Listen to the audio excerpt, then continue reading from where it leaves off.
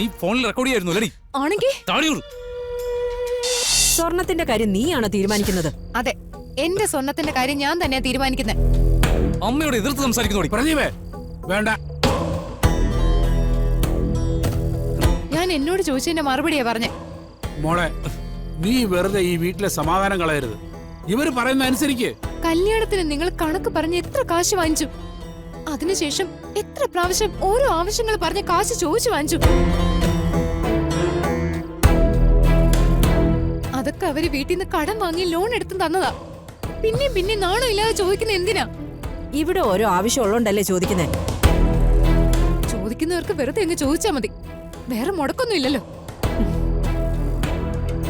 ഇതൊക്കെ ഞങ്ങൾക്കാർക്കും വേണ്ടിയല്ലോ, നിങ്ങൾക്ക് രണ്ടുപേർക്കും വേണ്ടിയിട്ടുള്ളതല്ലേ? എന്നാര് പറഞ്ഞു?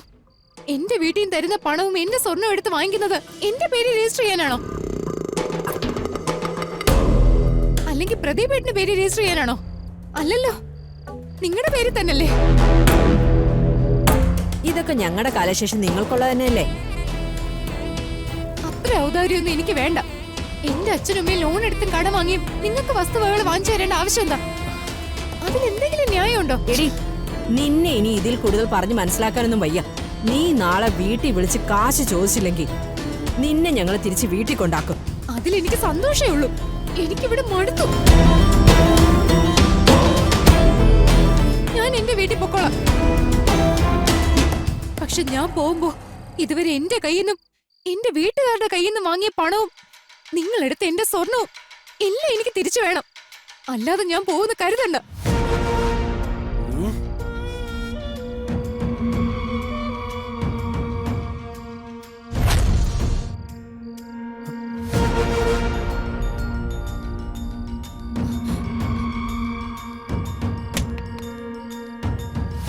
നീ ഫോണിൽ റെക്കോർഡ് ചെയ്യായിരുന്നു അല്ലേ? ആണെങ്കിൽ ഫോണിന് കാടി. തരില്ലെന്നല്ലേ പറഞ്ഞേ? ഫോണിന് കാടി. തരാൻ തരാനോടി പറഞ്ഞു.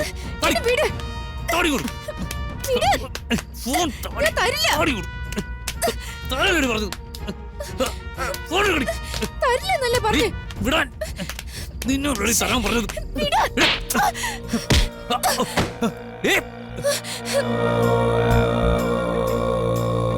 അവളെ സൂക്ഷിക്കണം. അവൾ ഇവിടെ നിന്നുകൊണ്ട് നമുക്കെതിരെ തെളിവുകൾ ഉണ്ടാക്കാൻ ശ്രമിക്കുകയാണ്.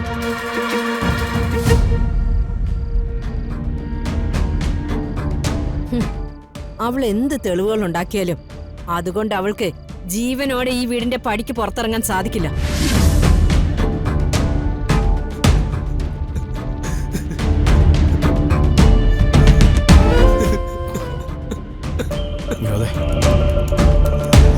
ഗോകുൽ, വിനോദിനെ കുട്ടി പുറത്തേക്ക് ചെല്ല. വിനോദ് വാ, കരയില്ല, വാ.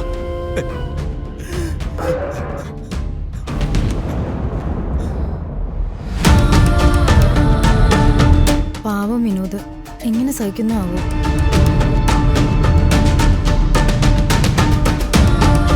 ജീവിതം അങ്ങനെയാണ്. നമ്മൾ സ്വപ്നത്തിൽ പോലും ചിന്തിക്കാത്ത പല കാര്യങ്ങളും ജീവിതത്തിൽ അനുഭവിക്കേണ്ടി. അതൊക്കെ വിധിയാണെന്ന് കരുതി സമാധാനിക്കാൻ തൽക്കാലം നിവർത്തിയുള്ളൂ. എല്ലാം വിധിയാണെന്ന് കരുതി സമാധാനിക്കാൻ പറ്റില്ല കുട്ടേട്ടാ. വിനീത ആ വീട്ടിൽ എന്തൊക്കെ അനുഭവിച്ചുവെന്ന് നമുക്കിപ്പോ വ്യക്തമായില്ലേ? ഈ തെളിവുകൾ കോടതിയിൽ എത്തിച്ചാ അവർക്ക് ശിക്ഷ വാങ്ങിച്ചു കൊടുക്കാൻ പറ്റില്ലേ? ഇത് മാത്രം പോരാ, ശക്തമായ മറ്റു തെളിവുകളും നമ്മൾ കണ്ടെത്തണം. സാക്ഷിമൊഴികളും വേണം. വിനീതയെ മരണത്തിലേക്ക് എത്തിച്ച സാഹചര്യവും എല്ലാം അറിയണം. ഇത്രയൊക്കെ കിട്ടിയാലും അവര് നിയമത്തിന്റെ എല്ലാ പഴുതുകളും ഉപയോഗിച്ച് രക്ഷപ്പെടാൻ ശ്രമിക്കും. അത് നമ്മൾ തടയണം. നമ്മൾ ശ്രമിച്ചാൽ എല്ലാം സാധിക്കും. അവരെ എല്ലാവരെയും തെളിവുകളോടെ പിടിക്കും. ജാമ്യം പോലും കിട്ടാത്ത രീതിയിൽ അകത്താക്കുകയും ചെയ്യും.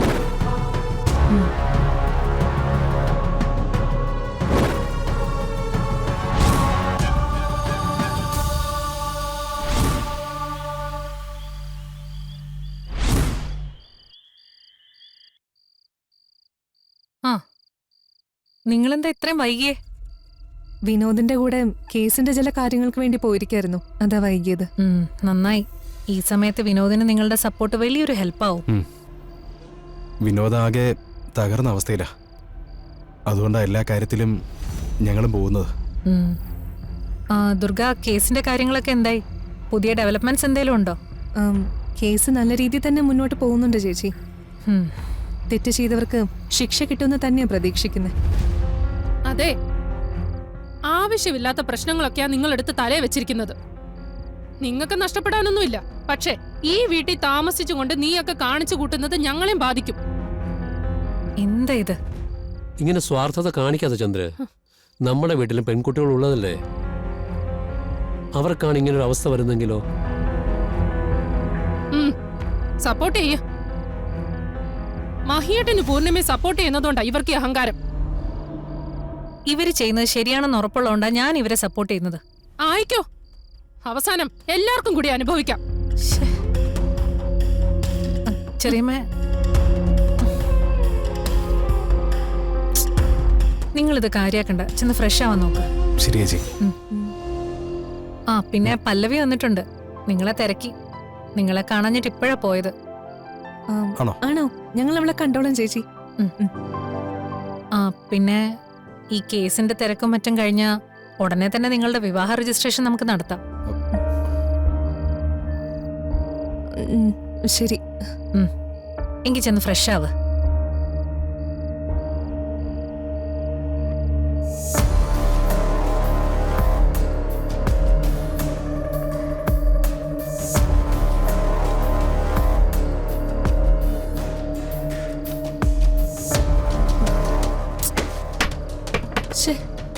ഈ പൂർണിമേച്ചി കല്യാണത്തിന്റെ രജിസ്ട്രേഷന്റെ കാര്യത്തിൽ നിന്ന് പിന്മാറുന്ന ലക്ഷണം ഇല്ലല്ലോ.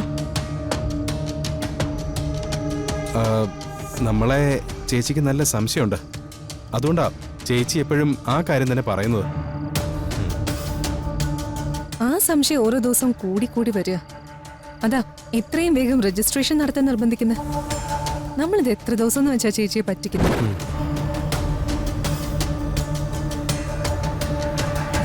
കല്യാണം കഴിച്ചൊന്ന് പറഞ്ഞു പോയില്ലേ? ഇനി ഇത് മാറ്റി പറയാനൊന്നും പറ്റില്ലല്ലോ.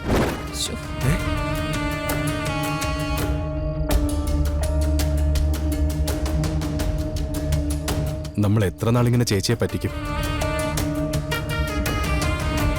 നമ്മുടെ മുമ്പിൽ വേറെ വഴിയില്ലല്ലോ.